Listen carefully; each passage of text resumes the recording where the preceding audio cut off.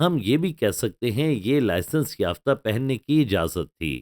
اسے تکنیکی طور پر بھکاری کا لباس کہا جاتا تھا، لیکن تمام بھکاریوں کے پاس یہ پرانے کپڑے ہوتے ہیں اور اس طرح کی چیزیں ہوتی ہیں۔ لیکن یہ صرف ایک پرانا عام پہنا ہوا لباس نہیں تھا، یہ ایک سرکاری لباس تھا جس سے آپ کو بھیک مانگنے کا لائسنس ملتا ہے، جس کے لیے آپ کو سرکاری طور پر معذور ہونا ہوتا ہے۔ آپ یہاں بیٹھ کر پیسے مانگتے ہیں تو آپ کے ساتھ واقعی کچھ غلط ہونا چاہیے۔ تو جب اس نے وہ پھینکا وہ اب بھی نابینا تھا۔ ایمان کے اس بڑے عمل کو نظر انداز نہ کریں۔ وہ بنیادی طور پر کہہ رہا تھا میرا ایمان ہے کہ مجھے اس کی مزید ضرورت نہیں۔ یسوع جہاں بھی جاتا تھا معجزات اور نشانات اور عجائب دکھاتے تھے، ہزاروں لوگ وہاں پر ہوتے تھے جہاں بھی یسوع جاتا تھا۔ تو اگر ایسا نہ ہوتا تو وہ دوبارہ اسے نہیں ڈھونڈ سکتا تھا، اسے دوبارہ کبھی ضرورت نہیں تھی، تو وہ اسے پھینک دیتا ہے۔ اب یسوع نے جواب دیا اور اسے کہا تو کیا چاہتا ہے کہ میں تیرے لیے کروں؟ ٹھیک ہے، اب یہ زبردست ہے۔ یسوع کے سوال پر کنونشنز منعقد کی جاتی ہیں۔ آپ سوچ سکتے ہیں کہ یہ صرف ایک سادہ سا سوال ہے، پھر دنیا میں ماہرین علم الہیات اس پر بحث کیوں کرتے ہیں؟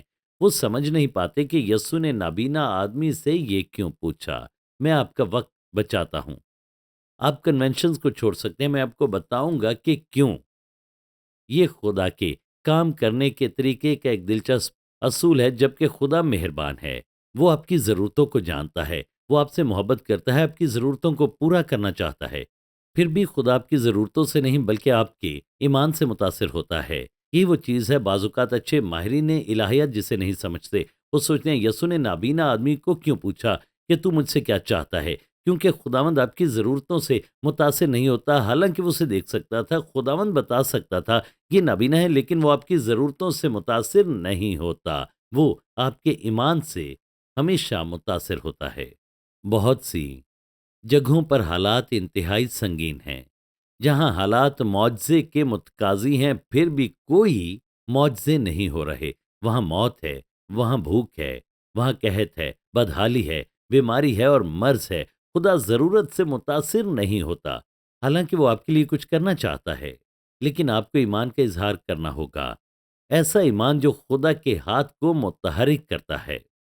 برتمائی مسیح کے سامنے کھڑا تھا، یسوع اس سے ایک سوال پوچھتا ہے، تو کیا چاہتا ہے کہ میں تیرے لیے کروں؟ اس کا جواب شاندار تھا، اس کا جواب بالکل درست تھا، اس کا جواب وہ طریقہ تھا جس طرح آپ کو جواب دینا ہے۔ اگر میں آپ کو ابھی لوں اور ٹائم مشین میں ڈالوں اور آپ کو تقریباً 2000 سال پیچھے لے جاؤں، کیا آپ ٹائم مشین سے باہر نکلیں گے اور کہیں گے برتمائی ذرا ایک منٹ، کوئی اور ہے جسے پہلے جانے کی ضرورت ہے اور میں دھکیل سکتا ہوں اور آپ کو قطار میں آگے لا سکتا ہوں؟ آپ کا خداوند کو جواب کیا ہوگا؟ آئیے ایک لمحے میں اسے دیکھتے ہیں۔